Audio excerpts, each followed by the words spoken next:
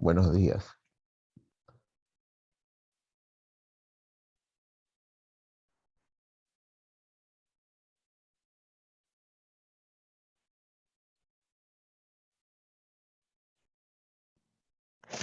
Buen día. Educando con responsabilidad. Matrículas abiertas. www.cityolex.com. Buenos días con todos. Buenos días, doctora.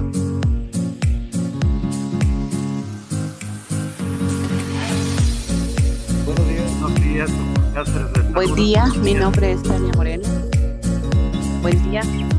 Buenos días. Buenos días. Buen día. Buenos días con todos.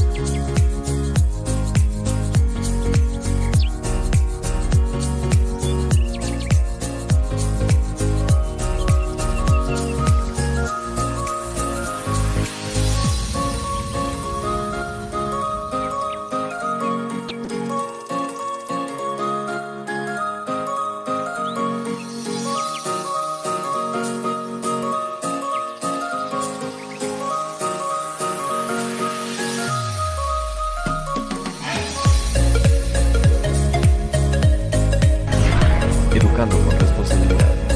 Matrículas abiertas. www.cityolex.com. www.cityolex.com.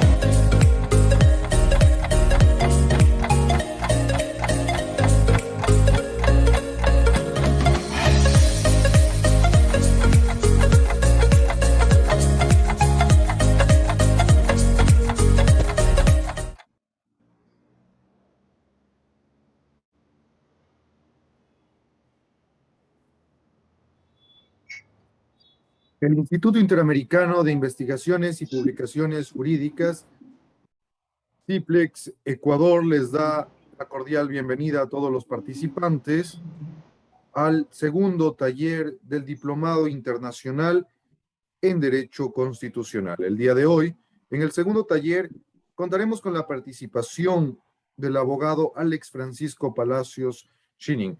Recordarles a nuestros participantes que el doctor tratará el tema de acción de protección, mecanismo adecuado y eficaz para la protección de derechos constitucionales. Recuerden, señores participantes, que debemos respetar las siguientes reglas durante el programa académico.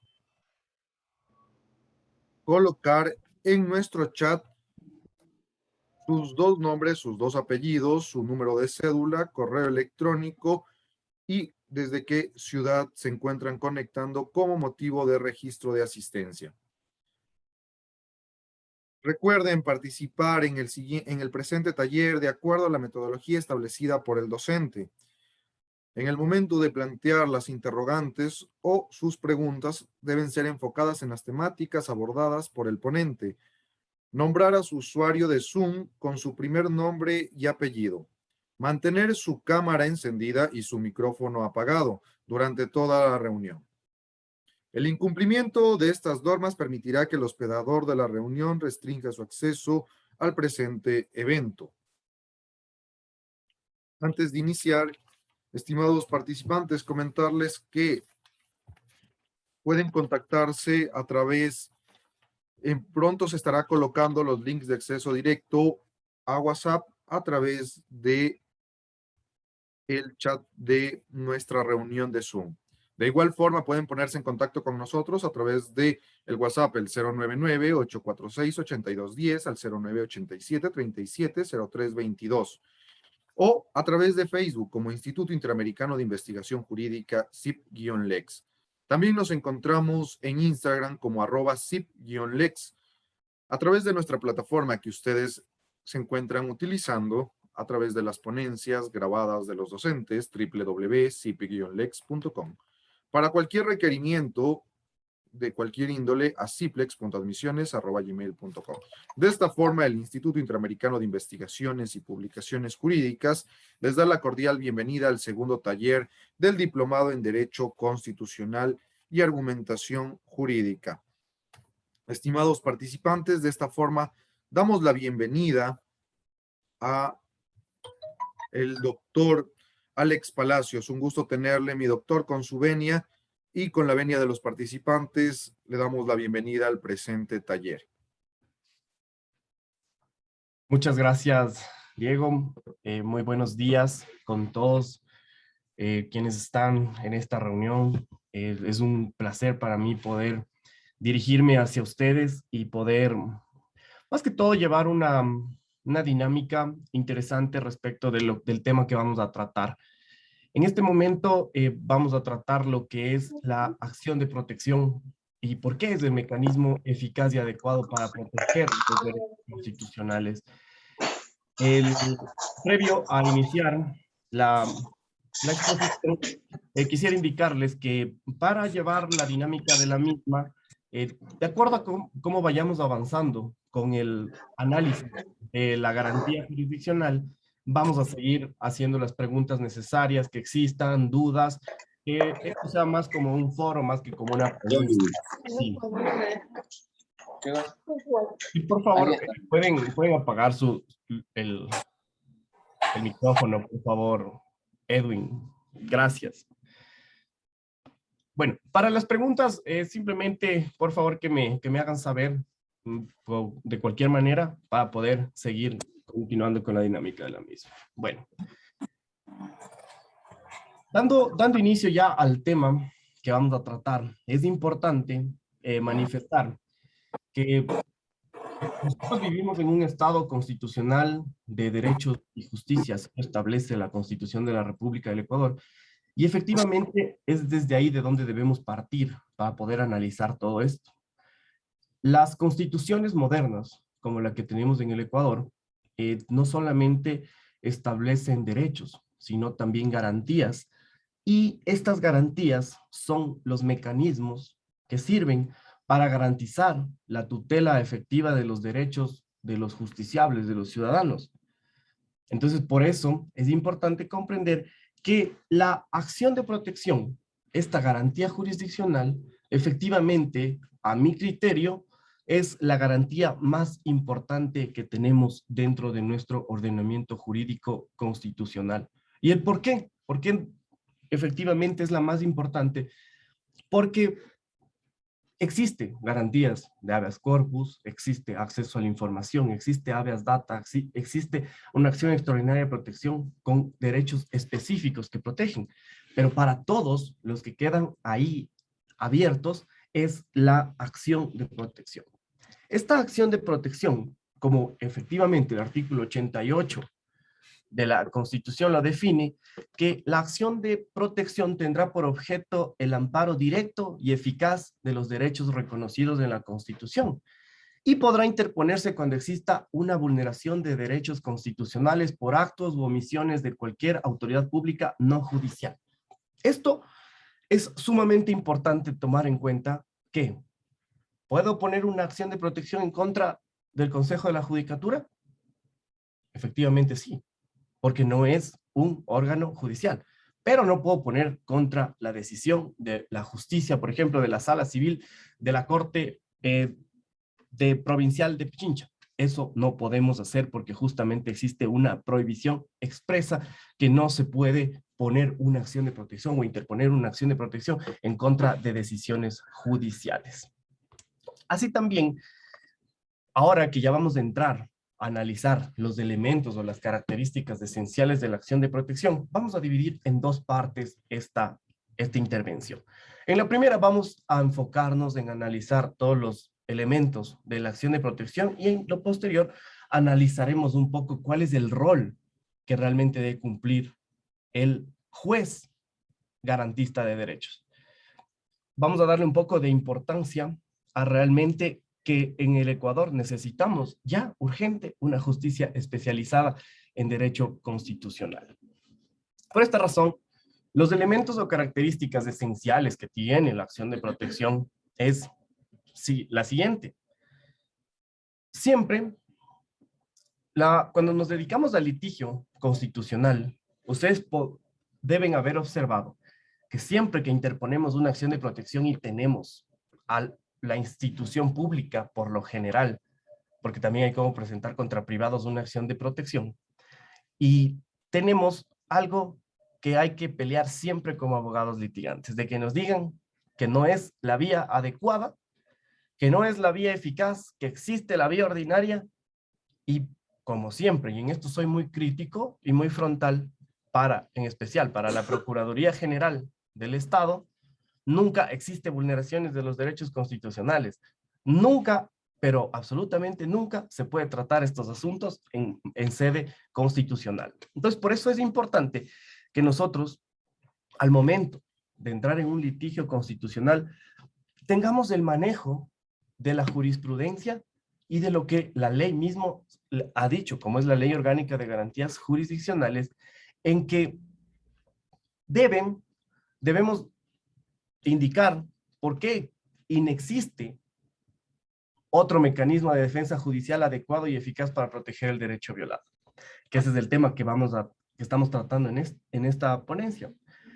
Y justamente el análisis más simple que debemos hacer y por qué dar la explicación de que la acción de protección es el medio judicial adecuado y eficaz es porque justamente la garantía jurisdiccional tiene esa calidad de ser rápida, de ser oportuna, que debe actuar con la mayor prontitud. Solo en cuestión de tiempo ya se torna la vía adecuada y eficaz para proteger el derecho violado. Y además, ¿qué nos ha dicho la jurisprudencia? ¿Qué nos ha dicho la Corte Constitucional del Ecuador? Es que justamente necesitamos que los jueces, porque eso es un llamado de atención que hace ya la Corte a los jueces, que efectivamente tienen que ya no solamente argumentar de que existe otra vía eficaz y adecuada. Como por ejemplo, en cualquier litigio que estemos contra una institución pública, siempre vamos a encontrar el problema de que nos dicen que vayamos al contencioso administrativo, cuando estamos tratando efectivamente un problema constitucional. Entonces, ese es el problema puntual que tiene la justicia ecuatoriana referente a no poder determinar cuál es la vía correcta y cuál es la vía adecuada. Siempre que esté un derecho constitucional que se siente asistido el justiciable, tiene el derecho de que un juez revise, de que un juez tome la importancia necesaria para determinar si existe o no existe una vulneración. De algo muy importante que debemos tomar en cuenta y algo que debemos aplicar es que efectivamente cuando estemos en una audiencia de acción de protección o cuando interpongamos una acción de protección, que recordar al juzgador que efectivamente tiene la obligación tanto legal como jurisprudencial de entrar a analizar los derechos constitucionales que a uno le asisten. Una de las características también importantes de la garantía de la acción de protección es que ni siquiera necesita abogados. No necesitamos un abogado para interponer la misma. Entonces, partiendo de eso, de que no tenemos la necesidad de que un profesional del derecho asista, es producto de esa característica que tiene la garantía, que es la informalidad. Y esta informalidad es la que muchas de las veces nos hacemos la pregunta, ¿qué entendemos por informalidad? ¿Qué es lo que realmente entendemos por informalidad? Porque muchas veces nos dicen, claro, la garantía es informal, pero nos quedamos ahí a la deriva de no saber realmente qué podemos hacer con esa informalidad. Y ahí es donde viene ese rol protagónico, ese rol importante de tener una justicia especializada en materia constitucional. ¿Por qué? Porque en base al principio dispositivo, esa dinámica que debe tener el juzgador, debe tomar ese rol protagónico en garantías jurisdiccionales porque está en la obligación de él obtener todos los medios de prueba. Él puede incluso de oficio solicitar pruebas. Entonces, todo esto es lo que va dándonos la informalidad. Por ejemplo, a mí me ha pasado muchos casos, ya algunos, que son lamentables realmente, que por ejemplo, porque no va el accionante, ya no quieren instalar las audiencias los jueces. Esa informalidad, esa rapidez, esa oportunidad que tiene la garantía se ve ya afectada cuando los jueces efectivamente desconocen de cómo aplicar la informalidad.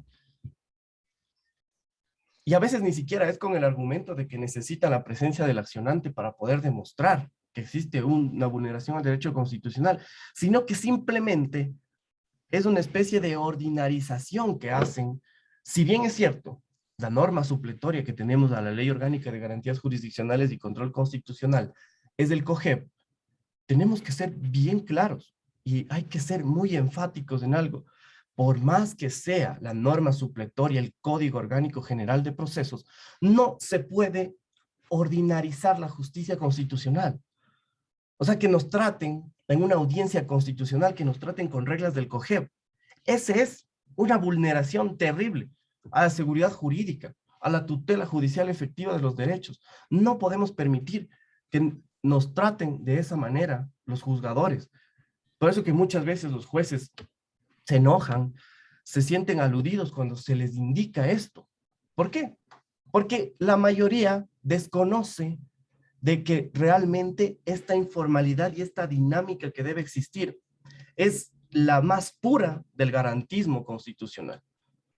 Ahí es cuando realmente comprendemos y decimos, ok, por eso es que existe la acción de protección, por eso es que existe la justicia constitucional.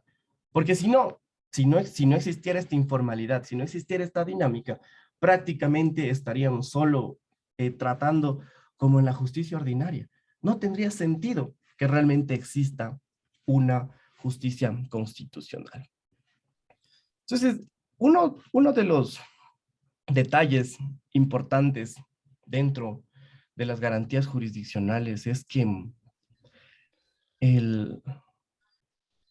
la acción de protección se puede proponer tanto de manera oral, de manera escrita, y esto es sumamente importante porque hay que cumplir también un rol social como abogados en el libre ejercicio, porque justamente hay personas que, y creo que la mayoría de personas dentro de nuestro país, dentro de nuestro medio, desconoce de que tiene una justicia constitucional, de que tiene una protección de derechos y desconocen del mismo. Entonces, justamente en foros, en entrevistas que se realiza por medios de comunicación, siempre se trata de poder dar a la sociedad esas luces de que tenemos mecanismos que les pueden ayudar realmente para poder solventar varios problemas constitucionales. Entonces, tomando en cuenta eso, hay que irnos al artículo 41 de la Ley Orgánica de Garantías Jurisdiccionales y Control Constitucional, en donde nos habla de que existe unas causales de procedencia para que en base a estas causales de procedencia pueda darse la vulneración de derechos constitucionales y así pueda entrarse a analizar lo que es la vulneración de un derecho, la presunta vulneración. Entonces nos dice que todo acto u omisión de autoridad pública no judicial que viole o haya violado los derechos. Aquí es importante manifestar algo que es de mucho uso también por parte de la...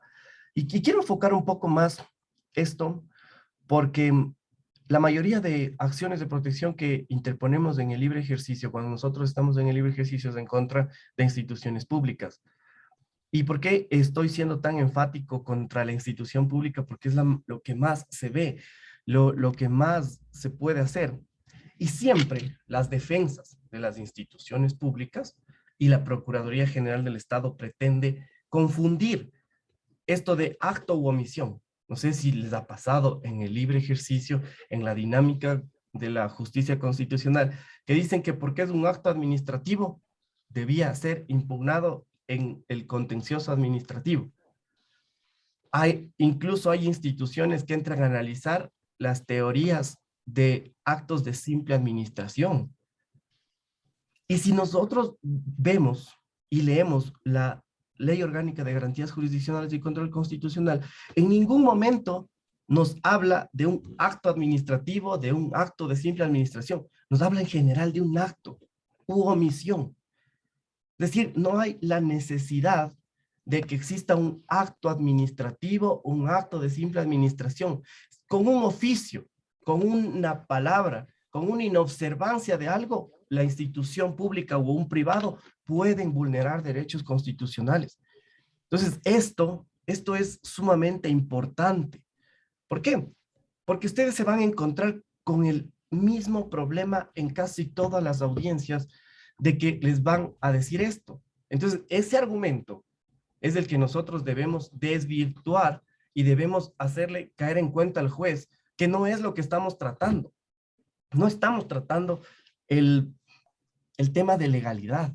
Estamos tratando en sede constitucional, es decir, estamos analizando derechos constitucionales.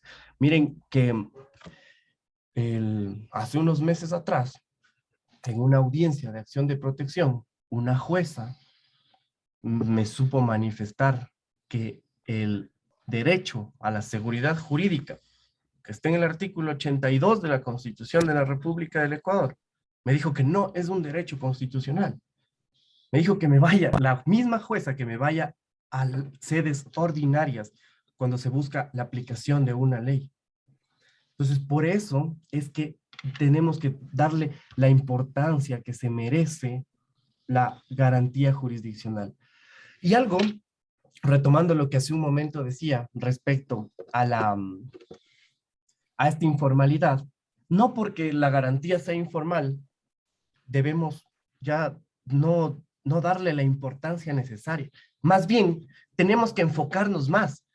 Tenemos que darle más importancia a la garantía jurisdiccional, porque como abogados litigantes debemos aprovechar justamente que tenemos este conocimiento y que estamos sobre otros profesionales o sobre los jueces mismos, conociendo estas técnicas que a ustedes les van a servir muchísimo en el momento que estén en una audiencia.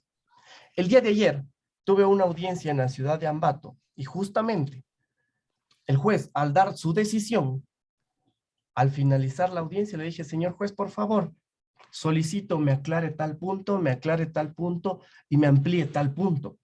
Y me dijo que eso me va a mandar por escrito. Y le dije, hey, esto es informal. Y estas son las técnicas de informalidad que empezamos a utilizar. Ese momento de la audiencia es cuando el juez debe decirnos por qué llega a esa decisión, por qué está haciéndolo. Ya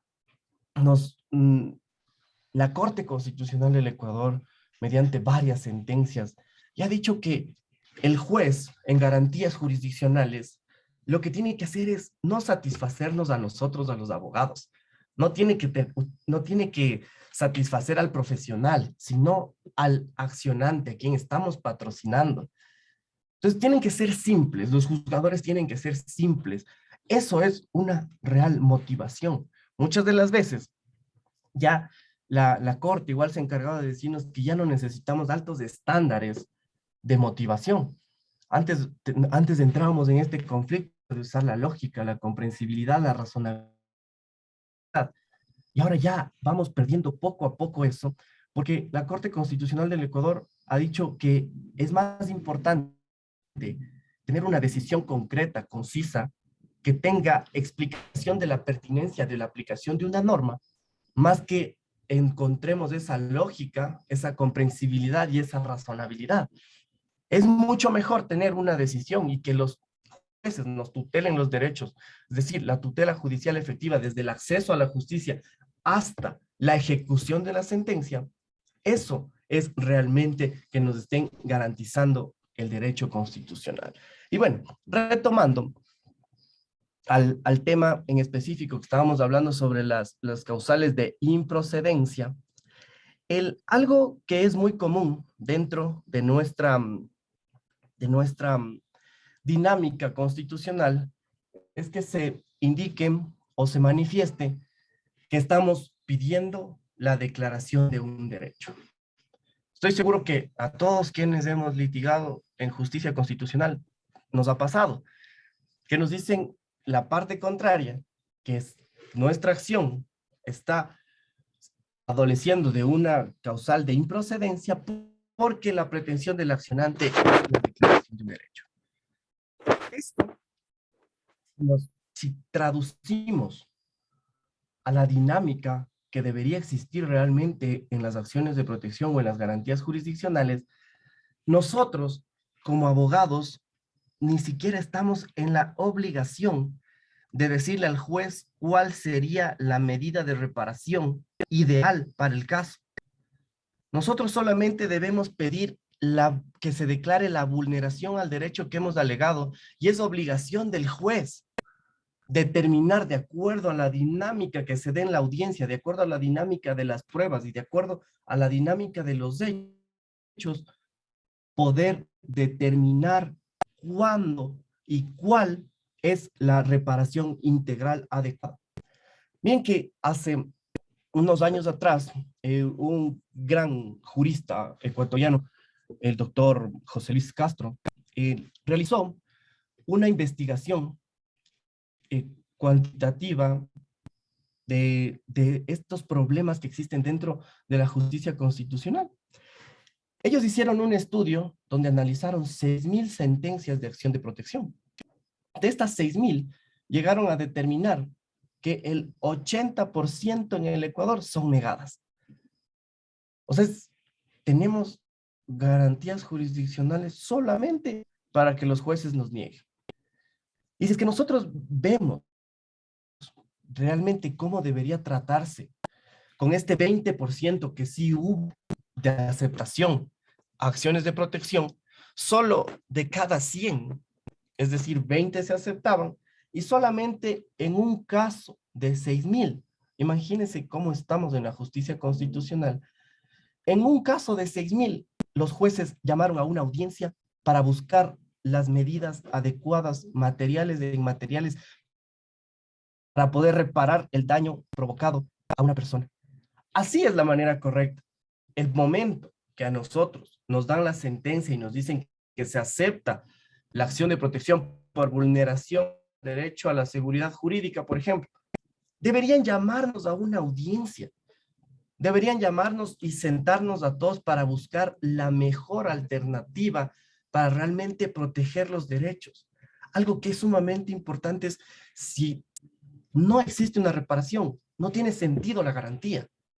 O sea, prácticamente, si no existe una correcta reparación integral,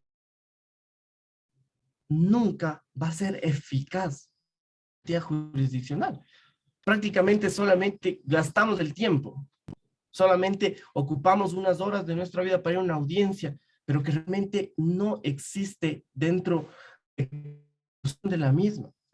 hay problemas gravísimos dentro de la justicia constitucional, que justamente hay problemas que no se pueden ejecutar las decisiones.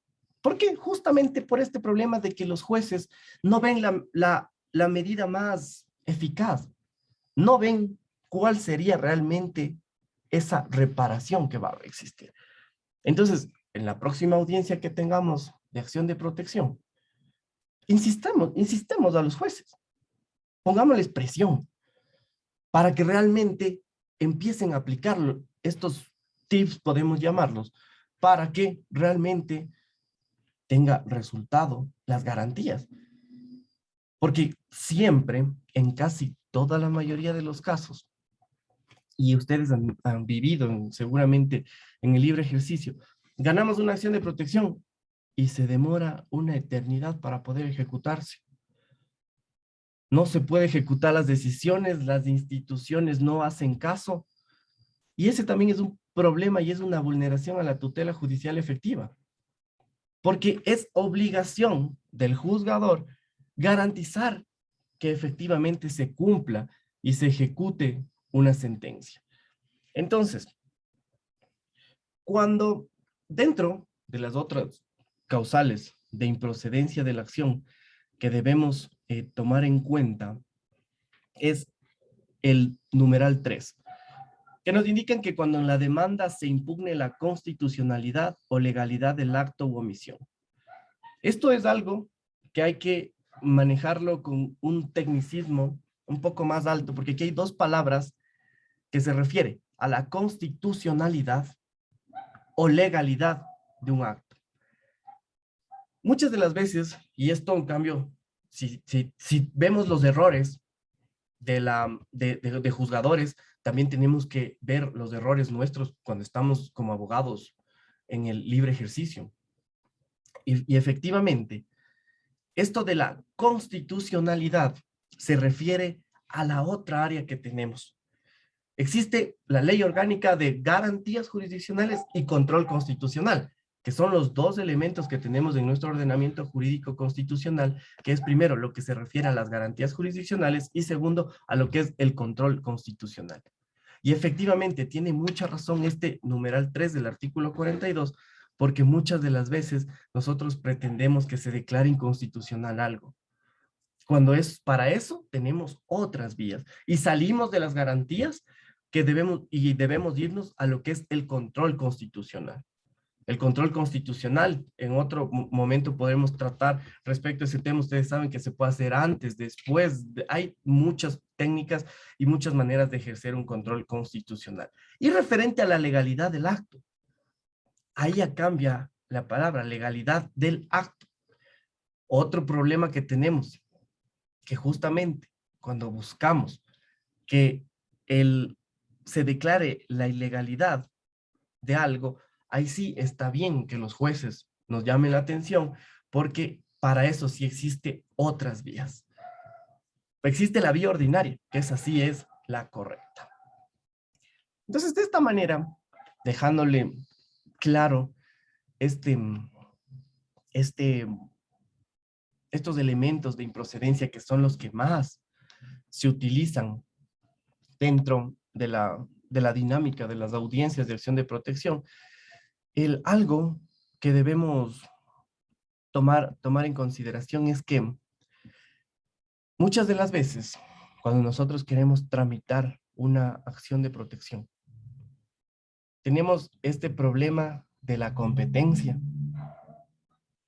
Ese es un problema que efectivamente ha dado mucho problema a varios justiciables. ¿Por qué? ¿Por qué digo esto? Porque justamente no se entendía bien o no se interpretaba de manera correcta que el juez competente para conocer una acción de protección es justamente el juez donde se provocó la vulneración al derecho constitucional. Pero ha venido evolucionando la jurisprudencia constitucional, lo cual nos ha permitido que ahora ya tengamos una sentencia, un precedente jurisprudencial obligatorio, en el cual nos indican que el domicilio de la persona que cree que le vulneraron los derechos es el domicilio y es en donde se debe presentar la acción de protección. Así que ya no, este tip que nos da la Corte nos va a ayudar muchísimo para que ahora, cuando interpongamos una acción de protección, seamos más simples y más rápidos de ver realmente en dónde está el domicilio del accionante, y con eso ya tiene competencia el juzgador. Entonces, con eso vamos a prácticamente a ahorrarnos muchísimo de que nos digan que un juez es incompetente en razón de que el acto fue generado en la ciudad de Quito y voy a demandar en otro lado. Pero los efectos no se producen allá. Con este avance jurisprudencial ya tenemos la oportunidad de presentar nuestra demanda en el domicilio del accionante. Entonces, eso es sumamente importante y es bastante interesante estos avances que vamos teniendo respecto de la jurisprudencia. Mi estimado doctor, tenemos una pregunta por parte, mil disculpas que le interrumpa, Sí. tenemos una pregunta por parte de Jacqueline Pachacamac. Buenos días, doctor. Cuando los jueces demoran en conocer y resolver una causa, ¿dónde se les puede poner una queja? ¿Ante el Consejo de la Judicatura o ante la Corte Constitucional? Perfecto. Bueno, respondiendo a esta pregunta, el retardo injustificado dentro de una causa es una razón para nosotros interponer una queja, efectivamente, dentro del área administrativa, que es el Consejo de la Judicatura. Ellos son los encargados de que realmente se dé el seguimiento a cada uno de los casos.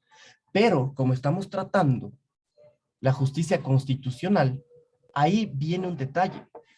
Por obligación de la Ley Orgánica de Garantías Jurisdiccionales, cada vez que un juez ordena o conoce una acción de protección, tiene que enviar esa sentencia a la Corte Constitucional del Ecuador para que vayan a salas de revisión y selección. Entonces, dentro de esto, nosotros deberíamos utilizar este tipo de técnicas que, si es que hubo un retardo injustificado, presionarles en base a la Corte Constitucional. Eso sí se puede hacer en materia de garantías, porque la Corte Constitucional del Ecuador es el máximo organismo de justicia e interpretación constitucional. Entonces, ellos sí tienen la potestad de observar lo que los jueces inferiores están realizando. Y mucho más, si nosotros realmente detectamos ese tipo de retardos, podemos presionar tanto por la Corte Administrativa del Consejo, así como la justicia, por la Corte Constitucional del Ecuador.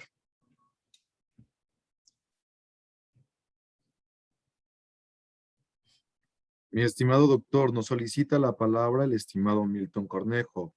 Milton, te escuchamos. Muchas gracias, buenos días con todos. Doctor, usted en su primera intervención, en esta primera parte, se ha referido mucho a la informalidad de las acciones de protección. Bueno, desde mi criterio y mi punto de vista, la informalidad no tiene que ser absoluta, es relativa. ¿En qué sentido? Por ejemplo, la Ley Orgánica de Garantías Jurisdiccionales y Control Constitucional y la misma Constitución nos dicen que se puede notificar por los medios más eficaces, más idóneos. Pueden ser correos electrónicos, incluso a través de llamadas telefónicas. En ese sentido, la misma Corte Constitucional ha determinado que esa notificación o citación, a más de ser en legal, tiene que ser también en debida forma.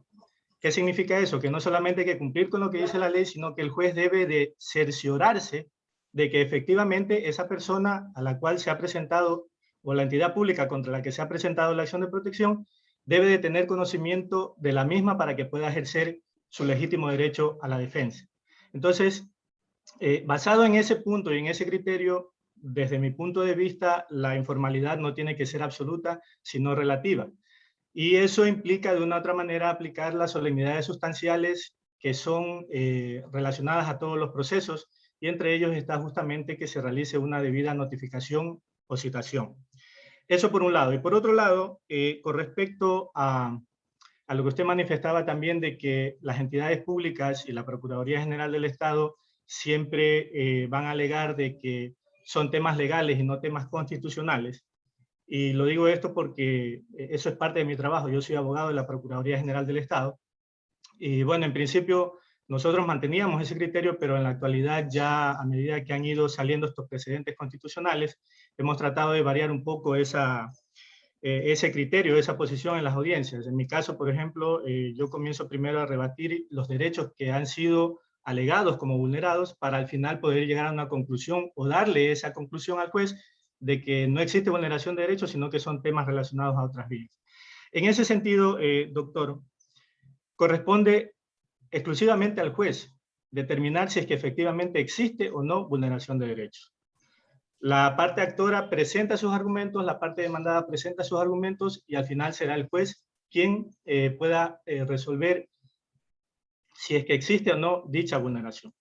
Entonces, sobre esos dos aspectos, sí quise emitir este criterio, este punto de vista, porque en definitiva nosotros estamos inmersos a diario con acciones de protección por la cantidad de demandas que se presentan contra las entidades públicas. Y otro aspecto que también quisiera, y esta sí es una pregunta puntual, estimado doctor, es el hecho de la legitimación activa. Mucho se ha discutido y se ha hablado, incluso ahora hay un precedente de la Corte Constitucional de que se habla de una legitimación activa universal. Es decir, que hay terceros pueden presentar acciones de protección en contra, o mejor dicho, representando a otras personas.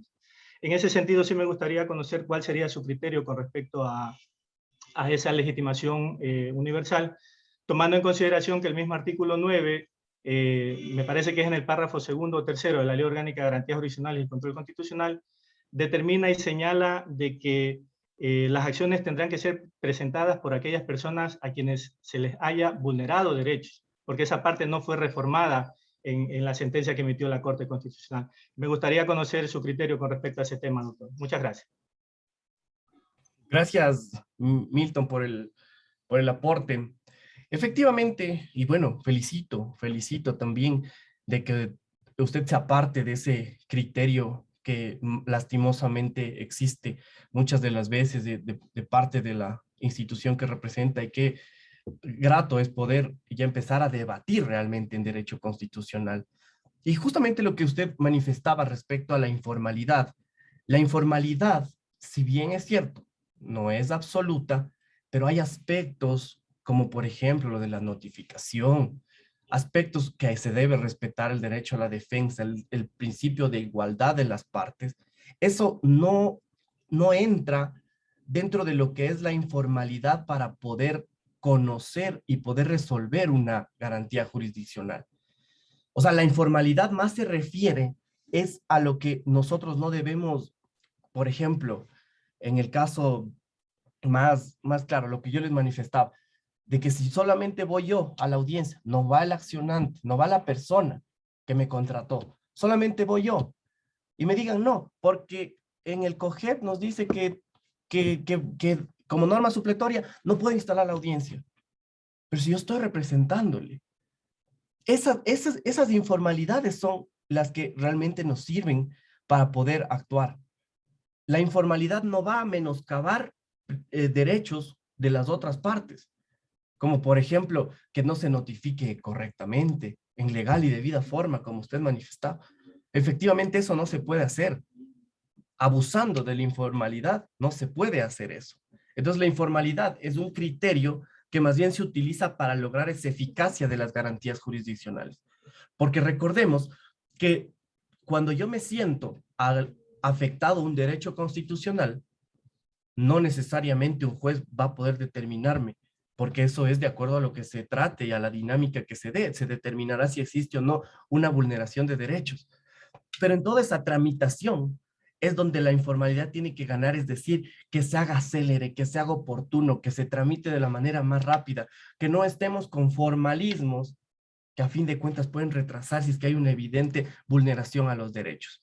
Entonces, ese es el criterio que utilizo personalmente para manejar lo de la informalidad. No menoscabar derechos a ninguna de las partes, pero sí darle ese tratamiento eficaz, adecuado, oportuno, que tiene como característica la garantía. Y también respondiendo a lo que hablábamos sobre la legitimación activa universal, y la pregunta que usted hacía, que qué se merece este criterio de que se presente una acción de protección a favor de un tercero. y que no es la persona que está proponiendo, este es un criterio muy amplio. Este es un criterio bastante amplio porque debemos ser muy claros. Si es que una persona, por medio de otra, está accionando la justicia constitucional, para mí cabe perfectamente. ¿Por qué cabe perfectamente? Es producto de esto, de que si existe una justicia constitucional, es para eso. O sea, si yo como abogado en libre ejercicio, Alex Palacios, se me ocurre, veo algún problema, por ejemplo, y quiero poner una medida cautelar, y veo que está ocurriendo algún problema, veo que hay alguna vulneración, no le veo ningún inconveniente respecto a que ese es el objeto de proteger los derechos constitucionales. O sea, salirnos un poco de la esfera en la que estamos de la justicia ordinaria y ver desde ese punto de vista constitucional, más amplio de derechos. Por eso es que nos apasionamos con la justicia constitucional o hemos decidido especializarnos en esta área, es justamente porque se rompe estos estereotipos que tenemos de la justicia. Y es justamente esos avances que vamos teniendo en las constituciones modernas que nos van permitiendo tener ese avance en protección de derechos. Es más o menos como la similitud que hacemos cuando queremos proteger un animalito o queremos proteger a la naturaleza. Si yo, Alex Palacios, quiero proteger a una jauría de perritos que hay en algún lugar y lo presento, ¿por qué no puedo presentar una acción de protección para proteger los derechos de movilidad, por ejemplo, que están reconocidos para los extranjeros? Si veo que hay un grupo de extranjeros que no les están respetando sus derechos, ¿por qué no puedo ayudarles y presentar esto? ¿Y por qué no accionar a la justicia constitucional que entre un juez a determinar si es que hay vulneraciones? Entonces, ese también es el rol que cumplimos los abogados y también todas las personas, de poder generar esa socialización de que existe una justicia donde no hay necesidad de tener tantos formalismos para que se conozca un problema jurídico que puede existir. Independientemente de que el juez nos dé la razón o nos la niegue, pero efectivamente sí podemos ayudar y contribuir a cualquier persona o grupo o colectivo o a la naturaleza si es que tiene algún problema y detectamos una vulneración a un derecho constitucional. Gracias, Milton, por la pregunta. El estimado Gabriel Campoverde, por favor, le concedemos la palabra. Muchas gracias. Buenos días, doctor. Buenos días con todos, con todas. Al principio de su intervención había mencionado que no se puede impugnar actos de autoridad pública judicial. Sin embargo, este concepto es un poquito amplio porque según lo que establece la Constitución, la función judicial comprende órganos jurisdiccionales, órganos autónomos, auxiliares y administrativos. Entonces, cuando nosotros establecemos que no se puede impugnar un acto o omisión de autoridad pública judicial, prácticamente estamos ampliando mucho estos actos y omisiones. Por ejemplo, no podríamos impugnar una fiscalía, ya que es un órgano autónomo de la función judicial. Yo como que quería compartir un poco este criterio que he leído en cuanto a que los actos que no pueden ser impugnados son los de órganos jurisdiccionales, o sea, que tienen la potestad, tienen jurisdicción prácticamente, potestad de juzgar y hacer ejecutar el juzgado. Entonces, no sé qué opina al respecto, doctor, porque igualmente en una sentencia de la Corte se había determinado que sí se podía impugnar el acto de fiscalía al no ser un acto meramente jurisdiccional, sino que cabe dentro de las competencias de este órgano autónomo. Eso, doctor. Muchas gracias. Y efectivamente, respondiendo a esta pregunta, es clarísima la ley al indicarnos de que no se puede impugnar efectivamente una decisión de la justicia, es decir, cuando existe algo jurisdiccional. Y sí, cuando yo manifestaba esto y hacía el comentario o hacía la pregunta, si es que puedo interponer una acción de protección en contra del Consejo de la Judicatura, contra, por ejemplo, una acción de personal que no cumple alguna garantía del debido proceso para notificarme una salida, Obviamente sí podemos, porque es una decisión administrativa. El problema y la prohibición que existe es justamente que la garantía jurisdiccional no puede, específicamente la acción de protección, no puede entrar a analizar lo que un juez ordinario decide. Claro, en fiscalía se puede, existe un precedente, existe una sentencia que manifiesta que son actos administrativos, que son actos, más que actos administrativos, son actuaciones administrativas. Entonces, estas sí están sujetas al ordenamiento constitucional que deben respetar y garantizar todas las garantías que tenemos cada uno. Entonces, la prohibición es clara, la prohibición es sumamente clara, por ejemplo, de que en un juicio penal me sentencian a 4 años, me notifican la sentencia y yo presente una acción de protección en contra de eso. Ese es el problema. Que no podemos nosotros intrometernos con la justicia constitucional al analizar este tipo de decisiones. También no podemos con una acción de protección, por ejemplo, tratar de subsanar algún error que exista dentro de la tramitación de un juicio ordinario en vía civil. Ese es el concepto que se maneja y que evidentemente es correcto, a mi apreciación, es correcto de que no se pueda impugnar y no se pueda atacar con una garantía jurisdiccional a este tipo de decisiones. Gracias por la pregunta. Mi estimado doctor, también tenemos una pregunta del estimado Iván Bowen. Le concedemos la palabra, estimado Iván. Muy buenos días, estimado doctor. Simplemente tengo dos curiosidades dentro de este tema muy particular, ¿no? Al mencionar dentro de la exposición, usted dijo de que dentro de los domicilios se puede hacer dentro del domicilio del legitimado activo como tal. Pero, ¿qué sucede cuando hay varios legitimados afectados por el mismo acto administrativo como tal? Igual, claro que hay diversidad de competencias que se puede aplicar o según donde surte efecto el acto, dónde están las cuestiones de domicilio de las personas afectadas o de los estimados activos que se sientan afectados, que se haya vulnerado un derecho. Pero en estos casos muy concretos, cuando hay varios y no se logra, identificar dónde debería ser planteada la acción, cómo uno debe tomar esa decisión. Gracias, Iván.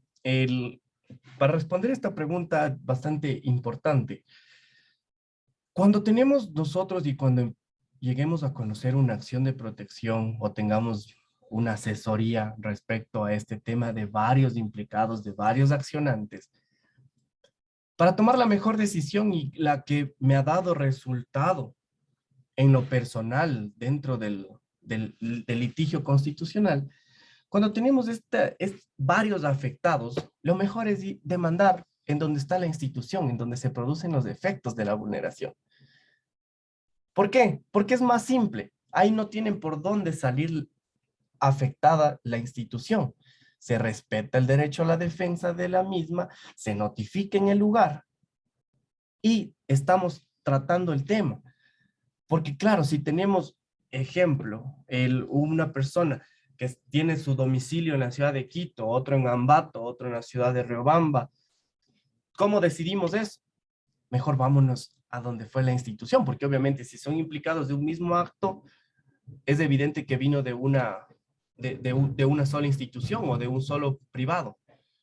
Entonces, ahí es donde nosotros debemos tomar la decisión. Y a mi criterio personal, cuando tenemos varios accionantes, lo mejor es ir a donde está la institución o la persona privada que vayamos a accionar con una garantía jurisdiccional. Entonces, quedaría claro que lo más objetivo y lo más, se podría decir que lo más sensato que podemos hacer como abogados en ese momento es ir a demandar en el domicilio donde se encuentre la institución.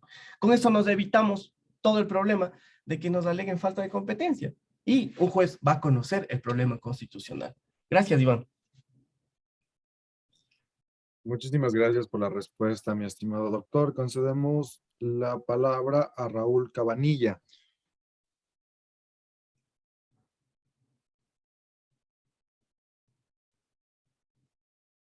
Tiene la palabra la estimada abogada Susana Cruz.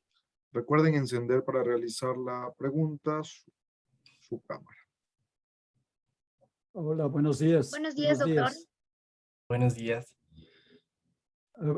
A ver, No sé Le escuchamos cuánto, entonces doctor. al estimado Raúl y seguimos con la estimada Susana. Raúl, le escuchamos. buenos días. Disculpen, no había conectado el audio. Por favor, doctor, si nos puede explicar, pero con claridad, la diferencia y en qué consisten las garantías y en qué consisten los derechos en el tema constitucional específicamente. Gracias por la pregunta, Raúl. Y justamente para responder este tema es importante comprender que el concepto en sí de las garantías son esos mecanismos que nos sirven para garantizar la tutela efectiva de los derechos. Es decir, son cada uno de los mecanismos que nos da la misma Constitución para poder hacer efectivo un derecho. Los derechos que tenemos en nuestra Constitución están divididos en generaciones, divididos en categorías. Cada uno, por ejemplo, derecho a la salud, derecho al buen vivir, tenemos el derecho a la seguridad jurídica, la tutela judicial efectiva. Y dentro de eso tenemos garantías que nos sirven para poder accionar cada uno de ellos o buscar el amparo y la protección del mismo. Como decía, si es que yo voy a una institución de la red de salud pública del Ecuador y no me dan mi atención que yo necesito, tengo el derecho a la salud como un concepto de que todos tenemos un derecho a la salud, pero para que respeten ese derecho a la salud, tengo garantías. ¿Y cuál es una de esas garantías? Una garantía jurisdiccional, como por ejemplo la acción de protección, para proteger, para tutelar. Ese es el concepto de la garantía dentro del tema que estamos abordando, porque no nos olvidemos que también hay garantías de un debido proceso, que son muy aparte. La garantía, al momento que yo me refería en eso, es justamente a esos mecanismos que tenemos para poder hacer efectivo el uso de nuestros derechos. Gracias, Raúl. Mi estimado doctor, ahora sí tenemos la participación de la estimada abogada Susana Cruz. Luego de ello tendrá la participación Jairo Sánchez.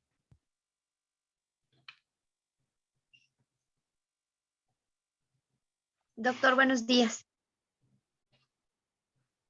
Buenos días. ¿Cómo está? Yo tengo una duda y me parece súper interesante. La Fiscalía es el ente investigador del delito, ¿no es cierto? Pues la Fiscalía tiene que investigar el delito. Bueno, ahí se basa en algunas como quienes causaron el delito, autores, coautores, etcétera, etcétera. Pero dentro del debido proceso, estamos hablando que tenemos también los derechos humanos y los derechos fundamentales que garantiza. ¿Qué pasa? Que en la necesidad del juicio yo necesito la función de investigar y de indagar.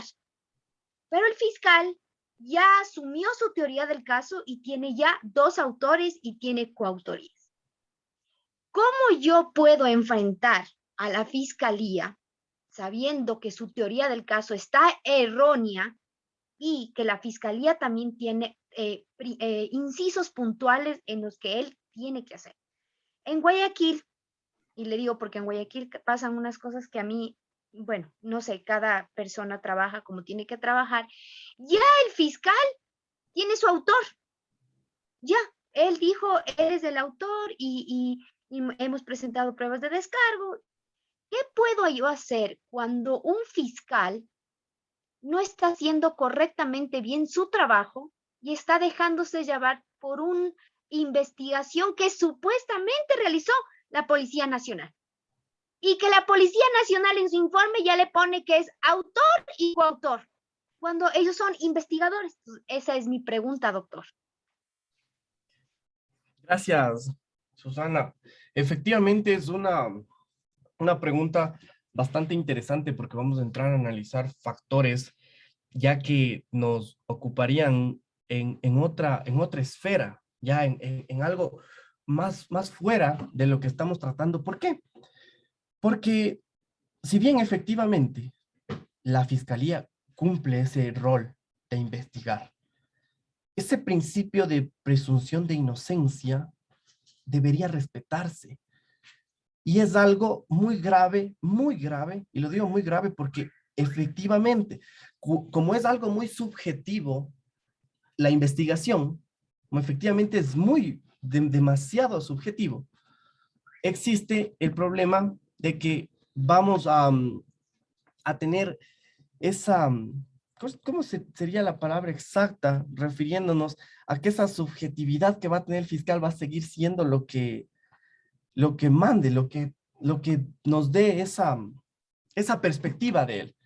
Entonces, claro, si nosotros queremos al derecho constitucional utilizarle para dar una solución respecto a esta subjetividad, yo estaría encantado de que se lo pueda hacer, pero lastimosamente no podemos con la justicia constitucional tratar de arreglar ese problema institucional que ya tiene la Fiscalía. O sea, nosotros no podemos. ¿Por qué? Porque son dos vías distintas, son dos circunstancias tan distintas. Entonces, claro, ¿qué vamos a decir? Ahorita que estamos en este debate, que es para sacar ideas, generar ideas con este tipo de preguntas, claro, a nosotros que nos gusta y nos interesa el derecho constitucional, podemos decir que, no sé, presentemos una acción de inconstitucionalidad en contra de cómo actúa Fiscalía, y que se empiece a manejar de otra manera las cosas, pero no es así de simple. Lastimosamente estamos en un ordenamiento jurídico que aún nos falta evolucionar muchísimo. Tenemos una constitución muy amplia, pero también tenemos restricciones muy amplias. Entonces, ese es un problema gravísimo. Y agradezco, Susana, la pregunta, porque efectivamente ese es el objetivo de la justicia constitucional. Yo recomiendo lean las sentencias actuales de la Corte Constitucional, en especial al juez Ramiro Ávila Santamaría, al criticar a jueces y fiscales respecto de esa subjetividad que tienen, de que ya son tan cuadrados y que ya no hay a dónde más irse. Entonces, eso nos va a servir muchísimo para en posterior. Ojalá sigamos evolucionando en derecho constitucional con el fin de que después podamos nosotros accionar ese tipo de cosas. Sería interesantísimo. Por ejemplo, que con una garantía jurisdiccional pongamos un freno a esa subjetividad. Lastimosamente en este momento no hay cómo ir porque en base a la investigación se puede hacer muchísimas cosas. Gracias, Susana. Gracias, muy gentil, doctor. Mi estimado doctor, tenemos la participación de Jairo Sánchez. Lo escuchamos, Jairo. Muy buenos días con todos. En primer lugar, felicitar al abogado por la ponencia. Y dos preguntas en concreto. La primera de ellas, en varias ocasiones, por no decir en casi todas las defensas del accionado, alegan que se trata de en estas cuestiones de acción de protección, alegan que se trata de una mera legalidad. Y existe la sentencia, ¿no? La 146-14, que ya establece un precepto y ordena a los jueces a buscar la eficacia, a ver si es que efectivamente constituye una mera legalidad. Es el caso, por ejemplo, un ejemplo muy vago, una vulneración nace de un acto administrativo, entendiéndose que después del acto viene el hecho administrativo, se materializa aquel acto. Y esta materialización constituye un hecho lesivo que vulnera derechos. Ahora, en mi facultad como abogado, me viene la duda, ¿no? ¿Cuál vendría a ser la parte o la acción más idónea? Entendiendo así que en esa sentencia, en la 146-14, ya los jueces llaman, al dar una sentencia, deben dar, si es que no se considera que se ha vulnerado un derecho, tienen que decir el proceso o la acción que debe seguir el accionante para reclamar aquel derecho. Ya, esa es la primera pregunta, ¿ya? Y la segunda pregunta es respecto de la acción, respecto de la repetición, en caso de que se declare la vulneración de un derecho, digamos que para la máxima autoridad de una institución pública. Se me viene para un alcalde, por ejemplo, un alcalde de un municipio, el juez declara que el alcalde en tal acción u omisión ha vulnerado los derechos de una persona tal. En este caso, la repetición, ¿quién vendrías a ponerla si ya en la ley de garantías constitucionales se establece que la acción de repetición se va a poner mediante la máxima autoridad, pero en este caso la máxima autoridad ha sido quien vulneró el derecho? Esas son las dos preguntas, mi estimado. Muchas gracias, Cairo, por las preguntas. Claro, vamos con la primera, que siempre, efectivamente, es algo que ya se utiliza, prácticamente se utiliza como estrategia por parte de quien ejerce el patrocinio de muchas veces de las entidades accionadas, alegar este tipo de situaciones, ¿no? Que son cuestiones de mera legalidad. A ver, para poder determinar exactamente cuál es la vía correcta, y creo que primero tenemos que hacernos la pregunta nosotros como abogados en libre ejercicio al interponer una acción de protección, de que si realmente estamos llevando un problema constitucional al juez. Porque eso también, y no toda la culpa tienen las instituciones, porque claro, hay veces que como abogados en libre ejercicio presentamos cosas que no merecen la justicia constitucional. Por ejemplo, en algo muy básico y en algo que pasa muchísimo, en la cuestión del derecho al trabajo. El derecho al trabajo tiene dos dimensiones. Tiene la dimensión social, la parte esa de protección social, y también tiene la dimensión económica. Si nosotros pretendemos usar a la acción de protección para ir a cobrar algo que nos deben, eso sí realmente es trámite de mera legalidad. Pero qué distinto es cuando accionamos la acción de protección por vulneración al derecho al trabajo en su dimensión social. ¿Por qué?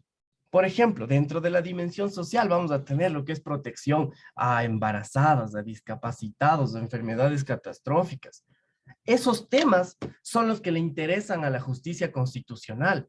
Por ejemplo, algo muy común y algo que pasa muchísimo es que se pretenda, por ejemplo, cuando nos notifican un acto administrativo y determinamos que no existe motivación. Efectivamente, es un derecho constitucional. Entonces, esa es la vía adecuada. Esa es la vía adecuada.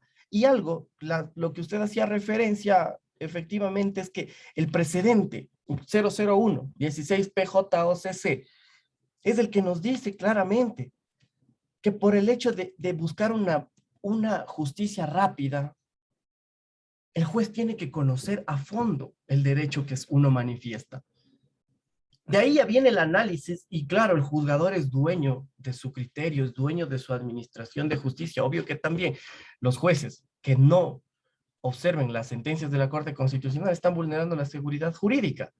Entonces, pero tienen esa obligación de determinar. Y algo sumamente importante que es que nosotros como abogados litigantes enfoquemos nuestros problemas jurídicos realmente en base constitucional. Eso respondiendo en la primera pregunta. Respecto a lo que nos manifestaban de la responsabilidad y la repetición. Claro, cuando ya se declara la violación de un derecho, el juez en la misma sentencia debe declarar la responsabilidad del Estado. Entonces, de eso se debe hacer para que justamente se inicien las acciones administrativas correspondientes. ¿Para qué? Para que se haga el análisis respectivo de cuál es, por ejemplo, en el caso de un alcalde, para poder, cuando ya remiten el expediente a la máxima autoridad, claro, sería ilógico que él mismo lo conozca. Por eso tenemos un consejo municipal para que tome una decisión respecto de cuál es el agravio que ha provocado efectivamente un alcalde. Gracias. Mi estimado doctor, le concedemos la palabra a Marcelo Fiallos.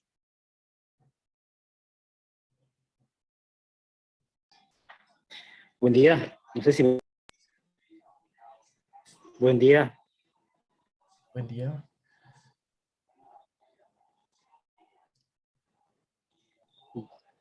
Buen día. ¿Sí me escuchan?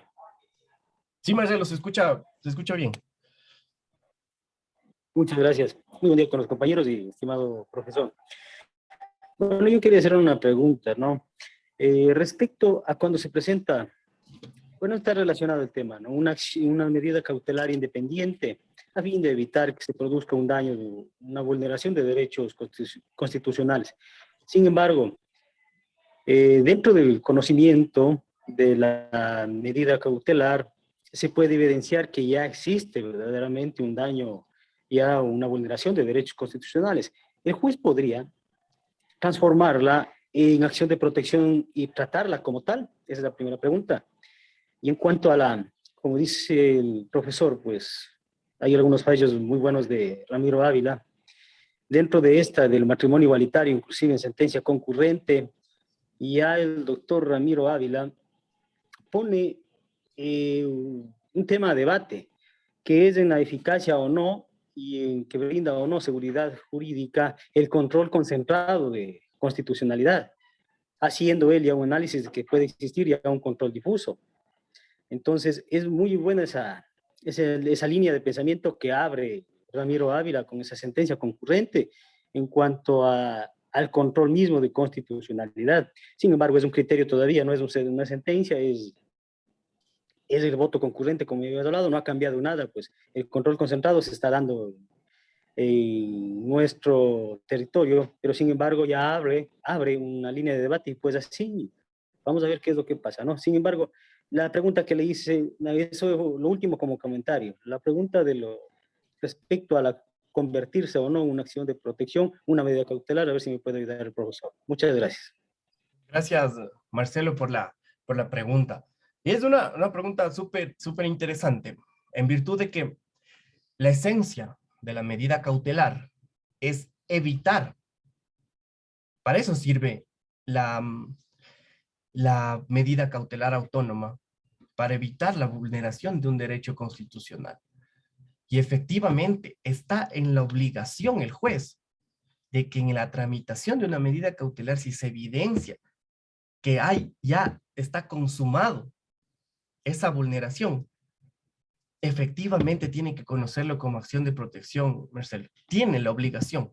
El juez tiene la obligación de determinar si es que existe o no existe la vulneración. ¿Por qué? Esto es algo muy simple de explicar por qué. Porque si es esa eficacia de las garantías. Claro, no necesitamos poner una medida cautelar en conjunto, si cuando en el momento que pedimos una medida cautelar autónoma, aún no se provocaba la vulneración. Pero si en el transcurso de eso hay una vulneración a derechos constitucionales, está en la obligación el juez de conocerlo como una medida cautelar ya en conjunto para poder determinar si existe o no existe la vulneración, Marcelo. Gracias por la pregunta.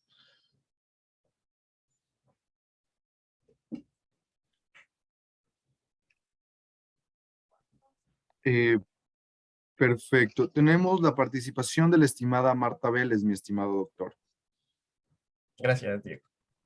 Gracias. Buenos días, doctor, y buenos días con todos.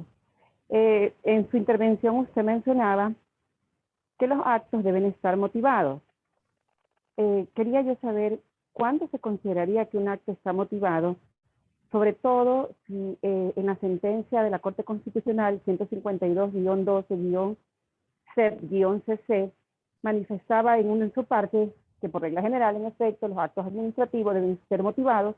Sin embargo, existen excepciones, dice, el de los servidores de libre remoción, la falta de motivación del acto administrativo no vulnera derechos constitucionales, por un lado. Y respecto del derecho al trabajo, que usted también lo mencionaba, existen muchas demandas constitucionales de acción de protección respecto a la vulneración de derechos por la terminación de contratos ocasionales.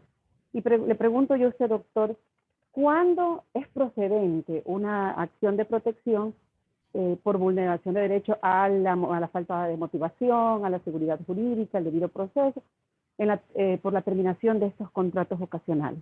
¿Cuándo proceden o cuándo no proceden, para ser concreto? Gracias. Perfecto, muchas gracias. Y sí, justamente cuando hablamos de motivación, de esta garantía que tenemos dentro de nuestro ordenamiento jurídico, ¿cuándo se considera motivado algo? Como yo les manifestaba, la corte anterior, la corte antigua, planteó este tema del test de motivación, ¿no? Para poder determinar si es que existe un acto administrativo cumple estos parámetros. Nos decían, ¿no?, que debe ser lógico. ¿Por qué? Porque debe tener coherencia entre los elementos fácticos con el elemento jurídico. Y de ahí sacar una conclusión.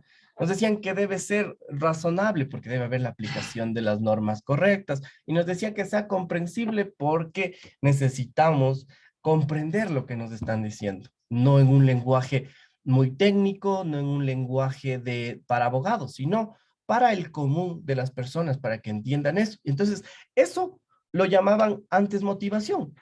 Entonces, yo podía, pongamos el ejemplo, si yo soy funcionario público, yo soy el encargado de motivar las cosas, yo puedo tener mucha lógica. Puedo utilizar una premisa mayor, premisa menor y llegar a una conclusión. Puedo utilizar las normas correctas. Y con eso estoy siendo razonable. Y también puedo utilizar un lenguaje muy simple y sencillo y prácticamente estoy cumpliendo con el test de motivación. Pero ¿y dónde quedan esos detalles que tenemos que analizar un poco más? Si es que yo cumplo solamente esos estándares, ¿esta decisión es justa? ¿Esta decisión realmente ha cumplido todas las disposiciones legales? Por eso es que la Corte Constitucional, de una manera muy acertada en este momento, nos está indicando de que los parámetros de motivación no deben ser muy altos. Para motivar algo bien, no es necesario que transcribamos a Roxin, que pongamos a miles de doctrinarios la jurisprudencia, no. Lo que nosotros tenemos que aprender a determinar para ver si es que algo está motivado es justamente eso que manifestaba, que exista la enunciación de las normas y la aplicación de ellas. Eso es el tecnicismo que debemos nosotros utilizar cuando analizamos un acto para poder demandar y que nos declaren que no está motivado. Justamente ver si es que ese análisis que hacen es el pertinente. Por ejemplo, yo tuve un caso contra un GAD municipal que al momento de motivar, efectivamente, la persona estaba con contrato, con nombramiento provisional y utilizan una norma que es referente a los contratos ocasionales. Efectivamente, hay pues la enunciación de la norma, de acuerdo a la LOCEP, pero no es lo pertinente, no hay esa pertinencia, entonces ahí es donde se baja. Entonces, esos detalles son los que nosotros debemos empezar a observar para ver si algo está motivado. No nos quedemos en ese test. Veamos si es que es justo, si es que realmente cumple satisfacción las necesidades del justiciable. Y también, respondiendo a lo que manifestaba respecto a los contratos, cuando hay despidos y cuando hay separación en instituciones públicas, para que sea procedente una acción de protección dentro de estos casos, Marta, es lo más ideal, es determinar cuál es el derecho vulnerado. Hay un error muy grave de pensar que el derecho al trabajo es el que está vulnerado. Y no es el derecho al trabajo el vulnerado. ¿Por qué? Porque el derecho al trabajo tiene una connotación distinta, que nosotros debemos entrar al sector público mediante un concurso de méritos y oposición. Estrictamente, yo le veo procedente y seguro de mi criterio de que la seguridad jurídica es la vulneración cuando se despide a una persona cuando ya ha tenido contratos sucesivos. ¿Por qué? Por la temporalidad del mismo. Porque hay una ley expresa que nos dice que si pasa un tiempo ya se convierte en necesidad institucional y esa necesidad institucional es la que nos permite determinar que hay una vulneración a la seguridad jurídica. Entonces, cuando nosotros enfocamos el problema jurídico constitucional, ahí es procedente la acción. Pero obviamente, si presentamos por derecho al trabajo, nos van a echar abajo la acción. Pero en cambio, si presentamos por seguridad jurídica, ahí sí, realmente tenemos el argumento para decir que no se respetaron las leyes claras, previas y públicas que tenemos en nuestro ordenamiento. Muchas gracias. Gracias, doctor. Muchas gracias, doctor. Tenemos la participación del abogado Santiago Huachizac. Muy buenos días con todo el auditorio. Estimado profesor Alex Palacios, muchas gracias por su brillante exposición. Mi pregunta iba encaminada a cómo me surgió esta duda a la que resolvió usted esta inquietud sobre si la medida cautelar puede conocerla el juez como una acción de protección, obviamente luego de haber pasado por los parámetros de gravamen, los hechos reales y la violación de un derecho constitucional que debía ser, solo estaba en una fase de amenaza, por así decirlo. Entonces, ¿qué implica o sí, en sí, cuál es el alcance total que tiene entonces el principio iura nobis curia? Porque me imagino que en aplicación de ese principio es que el juez, como director del proceso constitucional, es que transforma la acción de medida cautelar autónoma a una acción de protección. Esa es mi pregunta en sí, doctor. Gracias. Gracias, Santiago, por la pregunta. Evidentemente, este principio tan utilizado dentro del lenguaje que utilizamos en la abogacía, ¿no? El famoso iura nobis curia. Este iura nobis curia efectivamente es el que nos da esa oportunidad. Ese es el objetivo. ¿Y por qué hablábamos de este alcance? Es porque justamente, sí, la medida cautelar tiene esas características. Ya nos han dicho tantas sentencias la Corte Constitucional cuáles son los requisitos para que proceda una medida cautelar. Pero nosotros no podemos quedarnos ahí nada más. O sea, claro, si yo sé que va a pasar algo, para eso soy juez constitucional. Para eso soy esa persona que puede abrir el abanico y no solamente quedarme en que, no, ya ordené la medida cautelar, pero ya, qué pena, ya vulneraron. Ya hubo la vulneración y me quedo ahí. No, eso no es. Por eso es este alcance de las garantías jurisdiccionales y es prácticamente esta importancia que tiene de saber manejar esto, porque el juez es el garantista de ello. Y a veces los jueces no necesitan que se accione algo, en justicia constitucional, obviamente, para poder dar solución a los problemas sociales. Entonces, esa es la connotación que podemos obtener y debemos tener más bien para poder ver con objetividad esto de por qué cambiamos una medida cautelar autónoma a una medida cautelar en conjunto, que ese sería el cambio. Ese es el cambio que va a suceder. Va a seguir siendo medida cautelar, pero ya no autónoma. Se transforma en conjunto porque ya hay una vulneración. Esa sería la explicación. Gracias. Muchas gracias, doctor. Concedemos la palabra a Rosy Peñafiel.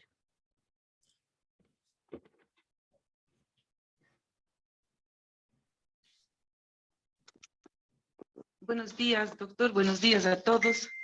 Yo quería hacerle una pregunta, ¿no? Bueno, esto es un poco la experiencia del quehacer jurisdiccional como jueza, ¿no? Me identifico, soy jueza de la unidad judicial en el Cantón Machala y claro, soy de la ciudad de Cuenca. De acuerdo a la experiencia, doctor, he escuchado mucho lo que manifiesta y hay muchas cosas que concuerdo con usted. Y les digo que concuerdo con usted cuando los jueces tenemos que conocer acciones de garantías jurisdiccionales y control constitucional. Tenemos que entender, bajo la ley de garantías jurisdiccionales y control constitucional, tenemos que entender que esta tiene un trato distinto, ¿no? Tanto en su norma procesal y aplicando esos principios de eficacia, de eficiencia. Pero de acuerdo a la experiencia que yo tengo, ¿qué es lo que he podido pasar, por ejemplo? Y voy a contar un caso concreto. Llevo un juicio de inventarios que es de bienes sucesorios y obviamente dentro del mismo existe información relevante que tiene carácter reservado, como son el tema bancario y que este está enlazado con el tema tributario. Porque el Código Orgánico Monetario y Financiero determina también parámetros para entregar información y a través de autoridad. Sin embargo, de ello, el artículo 87, del Código Orgánico General de Procesos nos determina sobre la publicidad de este tipo de audiencias que deben ser orales, públicas y contradictorias. Sin embargo, de ello, las grabaciones son oficiales por parte del Consejo de la Judicatura y también queda el criterio del juez, sí, que en casos en donde estén inmersos temas de niños, niñas, adolescencia, familia, temas de seguridad industrial o carácter tributario, será criterio del juez no entregar. En este caso concreto, se ventila un proceso de inventarios que es más de 100 y pico de ítems, ¿sí? En donde hay varios demandados, actores, varios hermanos, y temas, y obviamente información que tienen los bancos. E inclusive a tal punto que los bancos, la única información que pueden dar es al titular de esas cuentas. Y quien quiera esa información tiene que justificar, representar o tiene que justificar documentadamente. Sin embargo, siempre se solicita el auxilio judicial a los operadores de justicia y lo hacen. En esta causa, yo determiné que el audio tiene que ser de carácter reservado, dado primero que mantengo lo que establece el artículo 66, numeral 18 y 20 de la Constitución de la República. Es decir, que se guarda la imagen, la voz o todo lo que tenga que ver con temas de carácter familiar. Pregunto yo, doctor, ¿acaso el tema que se discuta en justicia ordinaria, en este caso no son temas inherentes familiares, están, si bien es cierto, el juez solicita a través de sus oficios que el banco entregue cierta información, pero muchas de las veces se abusa esta forma para sacar copias de este tipo de documentación o solicitar las grabaciones y plantear procesos en el área penal. Y yo lo cuento específicamente, doctor, porque me ha pasado este caso. Me hice cargo de esta judicatura y yo aplico también el artículo 7 y 8 que habla que tiene que haber el consentimiento de las partes procesales para que se entregue información que es reservada o que es información relevante. Y los bancos tienen sigilo, como los bancos, como el tema tributario o el tema bursal. Sin embargo, yo me solicitaba insistentemente una de las partes que quería que los audios, ya la norma también procesal del Código Orgánico General de Procesos establece que se puede impugnar la grabación hasta antes de las 48 horas, 24 horas. Pero ¿qué quiere decir esa norma? Eso significa que si es que Rosy Peñafiel en su decisión oral declaró con lugar o manifestó cuáles fueron los argumentos y en su sentencia escrita es divergente, pues esa es la forma para poder solicitar estas grabaciones. Esa audiencia pasé yo en noviembre con varias diligencias, el perito no estuvo listo y se tenía que suspender si no se tenía lista toda la información. Y pasa el tiempo y a los 3 meses me solicitan a mí la grabación. Y yo obviamente negué porque le di el carácter reservado toda vez de que se tratan de temas familiares. En este caso son bienes sucesorios, varios demandados y documentación que he solicitado a la banca constantemente. No pasa mucho tiempo, claro, me pide que yo le entregue, le niego fundamentándome obviamente en el artículo 7, 8 del Código Orgánico General de Procesos, la Constitución, y me pide que se revoque, le niego la revocatoria.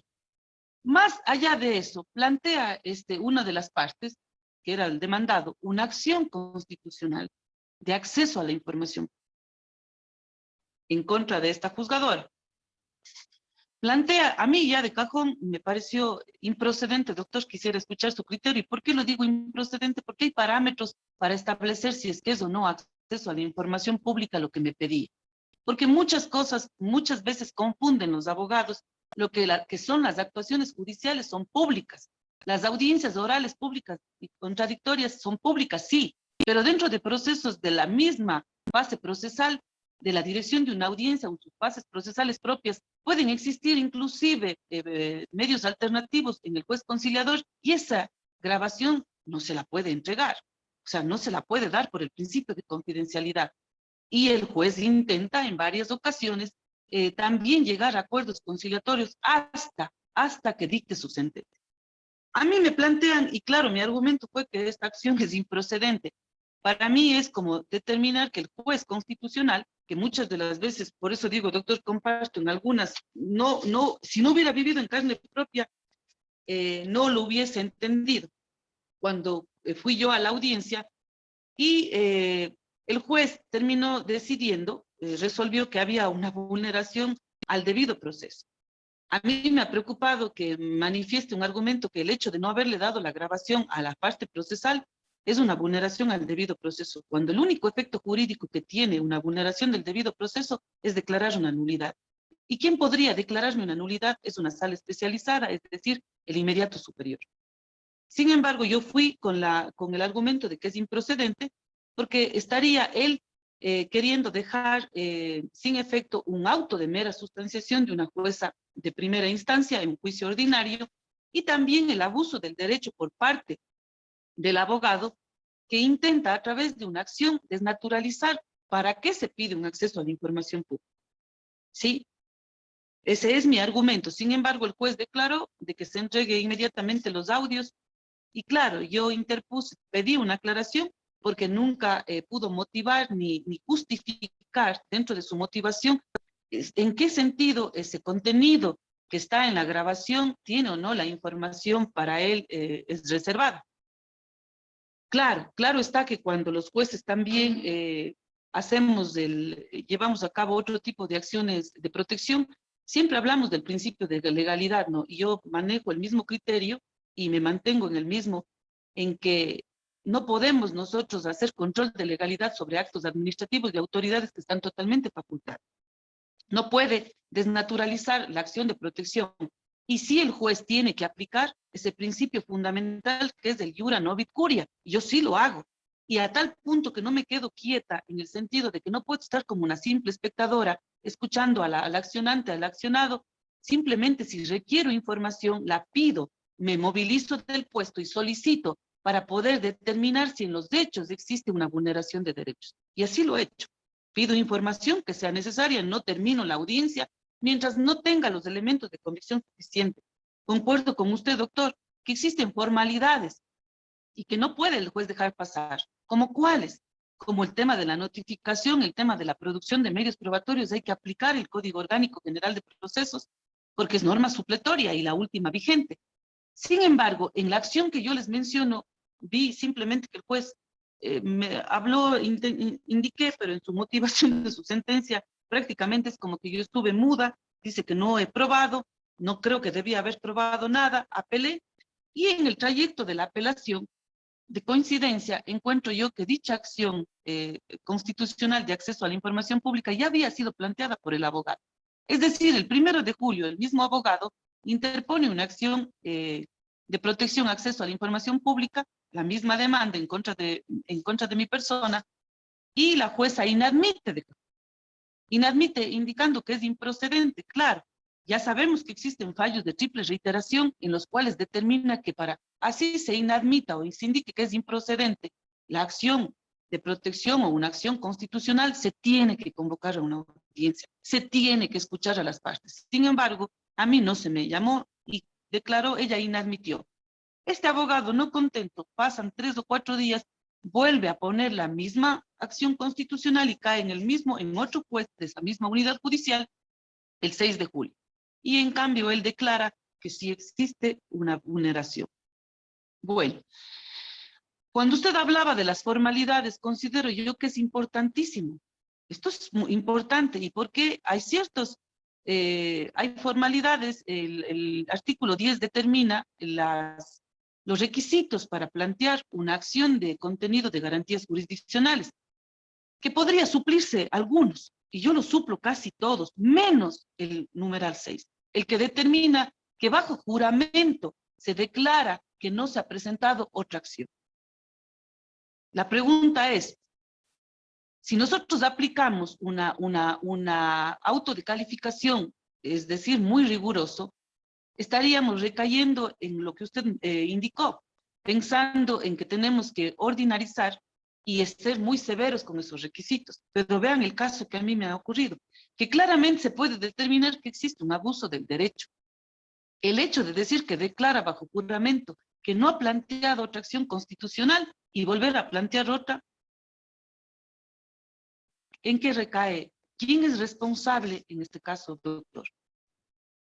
¿Es responsable o no el juzgador por no haber hecho de manera exhaustiva ese filtro en los requisitos que establece el artículo 10 de la Ley Orgánica de Garantías jurisdiccionales y control constitucional? Esta es mi pregunta, doctor. Muchas gracias, doctora.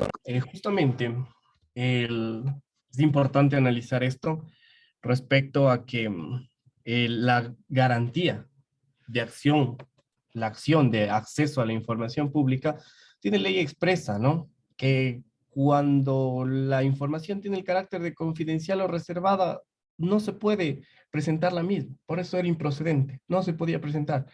Ese era el único argumento que debía utilizarse en virtud de que si hay la ley que permite que es confidencial o reservado algo, ya no cabe la acción al acceso a la información pública. Ya no cabe por ningún lado.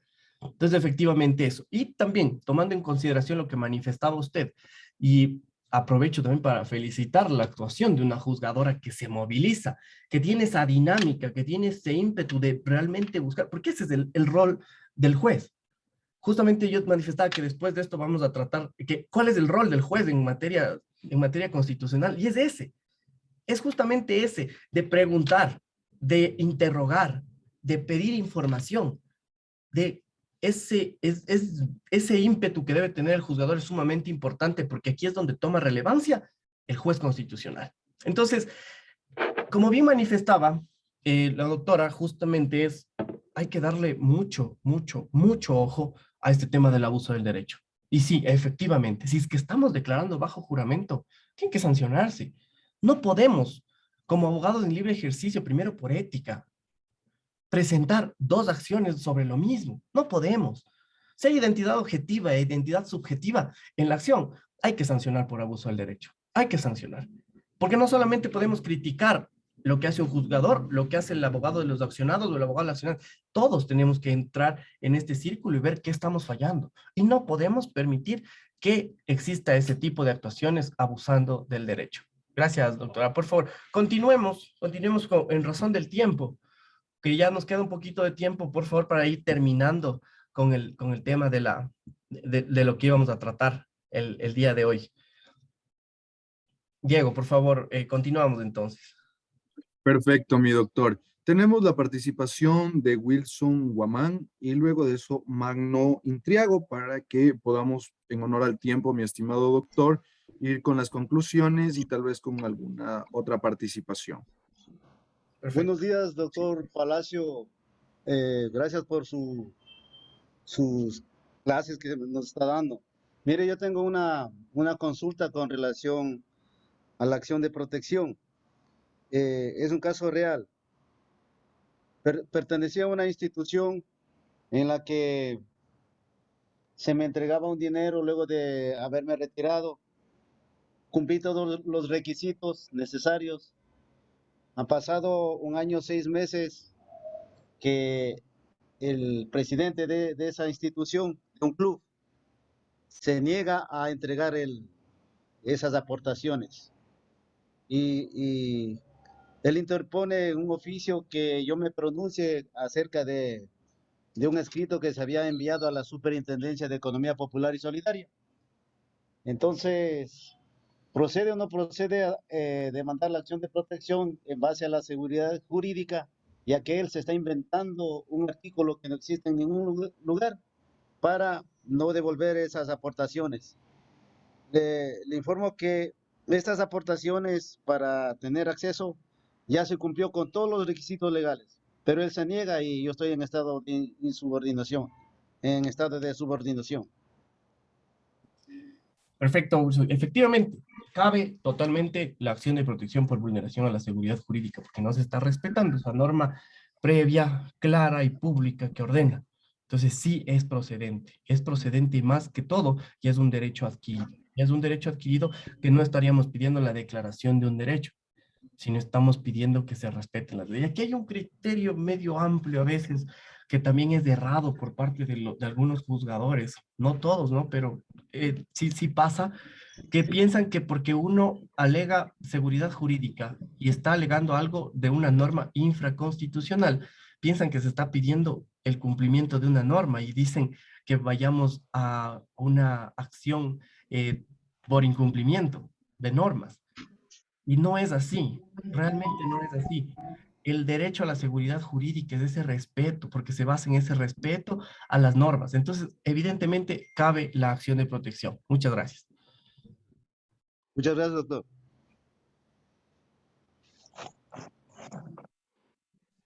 Hola, muy buenos días. Buenos días, Mario. Muy bien, muchas gracias. Doctor, yo voy a ser muy puntual, como usted lo ha dicho, en honor al tiempo. Yo nomás quería hacer una consulta respecto en qué casos se determina, por ejemplo, que hay una afectación al derecho a la propiedad, por ejemplo, a los temas de carácter patrimonial. Si bien es cierto, en algún inicio la Corte Constitucional utilizaba una doctrina por parte de Ferrajoli que decía que los temas de carácter patrimonial tenían que ventilarse a través del proceso ordinario.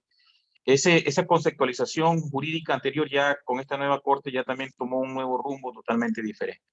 Desde su punto de vista, en su experiencia, doctor, ¿qué elementos yo debo tener para poder, considerar que ha habido una afectación a ese derecho de carácter patrimonial o de carácter privado de las personas desde el punto de vista constitucional? Esa es básicamente mi consulta, doctor. Gracias, Magno. Sí, efectivamente, se utilizaba mucho este criterio antes de que efectivamente los temas económicos, de propiedades, de patrimoniales, no es la vía correcta, la vía constitucional. Pero esto respondía obviamente a la pretensión de nosotros como accionantes. ¿Por qué? Porque cuando nosotros vamos a tratar un tema de propiedad o un tema patrimonial, nosotros tenemos que tener claros y tenemos que tener claridad en configurar cuáles son los elementos que han llegado a la vulneración del derecho. O sea, no solamente podemos alegar, por ejemplo, que existió una vulneración, por ejemplo, en un trámite de expropiación. Solamente decir que porque no estamos de acuerdo se ha vulnerado el derecho a la propiedad. Ahí vienen los otros elementos necesarios. Y pongo un ejemplo, un caso puntual que tuve en la ciudad de Ibarra, que fue justamente que una comunidad iba a ser expropiada un terreno y yo presenté una acción de protección, no en protección a la propiedad, sino a derechos al buen vivir, a otros temas conexos que ayudan a llegar a esa conclusión de que hay un derecho constitucional vulnerado. Entonces, este criterio aún está muy, llamémosle que no se ha desarrollado, no existe todavía un soporte jurisprudencial como para poder decir, sí, revisemos la sentencia número tal y ahí tenemos la respuesta. Esto más bien va configurándose de acuerdo a los elementos que existen también dentro de un caso. Claro, este grupo, esta comunidad a la que yo defendía, tenía personas discapacitadas, tenía personas de la tercera edad, había otros detalles importantes que nos permitían llegar a determinar que hay una vulneración a esos derechos y también por conexidad de derechos, porque todos los derechos están conexos, también a la propiedad. Pero, claro, torna relevancia, y lo que la Corte ha dicho que la relevancia constitucional se logra justamente determinando esos detalles, determinando que existan otros problemas jurídicos, no solamente el alegar a la propiedad, porque ahí sí efectivamente tenemos que irnos a otra vía, tenemos que ir a pelear en otro lado. Pero cuando nosotros configuramos ese medio que tenemos de derechos constitucionales, ahí sí es procedente. Gracias, Marco. Mi estimado doctor, el estimado Ernesto Cáceres nos estaba solicitando la palabra también. Ernesto, si le escuchamos, doctor. Buenos días, qué gusto saludarle al señor docente y a todos los compañeros. Si me copia, por favor, si está audible, por favor. Estimado doctor Alexis, una consulta. Lamentablemente se ha hecho recurrente dentro de la justicia constitucional ecuatoriana el hecho ya no solo fáctico, sino costumbrista, mediante el cual al resolver los recursos de amparo, de recursos de protección, los señores jueces, en el caso, por decir, de actos administrativos relacionados a terminaciones abruptas de nombramientos provisionales de 5 o 6 años, los jueces en su resolución, si bien es cierto, dan el derecho, simplemente reconocen el derecho, la garantía constitucional vulnerada, pero en cambio ahí queda. Y como suele decirse, se lavan las manos y se dicen que la reparación económica pecuniaria se haga por cuerdas separadas, sabiendo que el Tribunal Contencioso Administrativo demorará 3, 4, 5, 6 y hasta 18 años en resolver.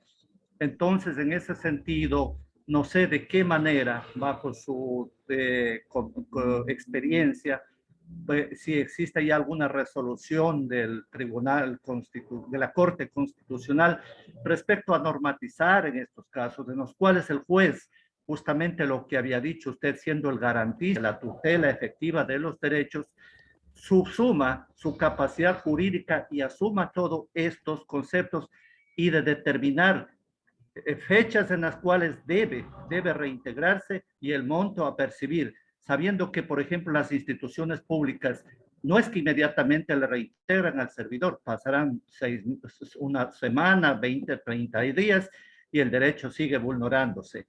Entonces, esa es mi pregunta en definitiva, y también recordándoles a todos de que en el actual sistema de garantías constitucionales, los jueces asumen un papel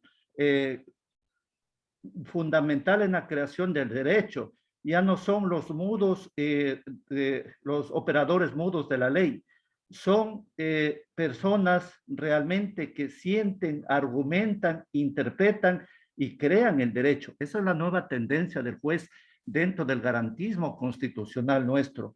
Es decir, tienen pues como jueces amplias potestades. No sé si converja con este criterio, doctor, mi estimado Alexis. Muchas gracias. ¿Me copia?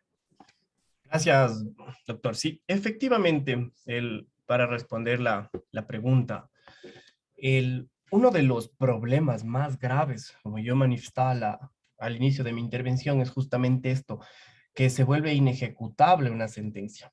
Esto es vulneratorio a la tutela judicial efectiva de derechos, porque solamente nosotros tenemos satisfacción completa por parte de la Administración de Justicia cuando la decisión que se toma se la ejecuta.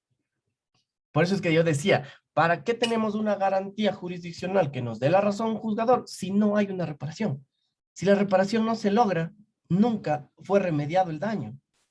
Entonces aquí ya la Corte Constitucional ha manifestado que, y es un desconocimiento también que existe por parte de los juzgadores, o sea, hay falencias, así como hay abogados, hay jueces que realmente conocen de la jurisprudencia constitucional, hay muchos que desconocen del tema, y ese es el problema, que a veces aceptan la acción de protección y ordenan que la reparación económica se tramite efectivamente en el contencioso administrativo. O sea, prácticamente, ¿para qué fui a la justicia constitucional? Venga a escuchar lo que pregunté del caso Finita. Entonces, ¿para qué? ¿Para qué hacemos el uso de esta garantía jurisdiccional si no vamos a tener esa eficacia de poder tener una respuesta? Entonces, ahí viene ya el tema de que cuando estemos en una audiencia referente a esto, si escuchamos de que en la audiencia el juez, al momento de dictar su sentencia, no ordena las medidas de reparación, pregunten, interrumpan, no va a pasar nada. El juez tiene la obligación de escuchar a los abogados del accionante y hacer las preguntas necesarias para que aclare todo lo que hemos pedido.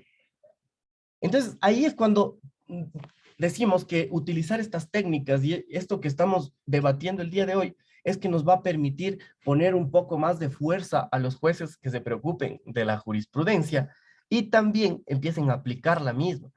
Entonces, ahí lograríamos una eficacia de las garantías jurisdiccionales. Gracias.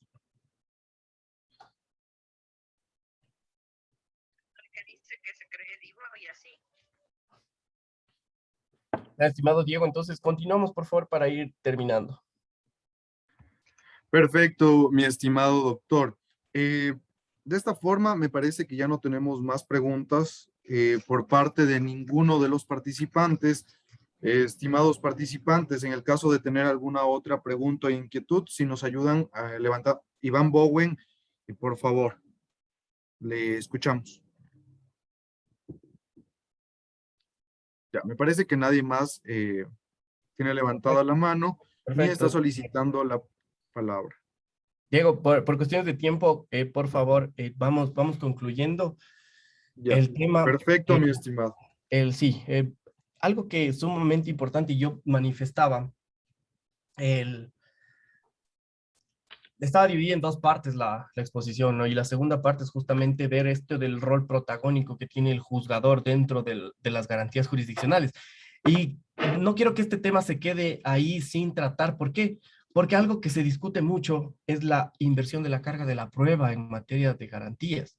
Y eso es algo que también los jueces a veces no observan y realmente están actuando de una manera en la que, a ver, si es que la dinámica de las garantías jurisdiccionales es la siguiente: no necesito abogado, no necesito, puedo hacerlo de manera oral, de manera escrita, como uno guste.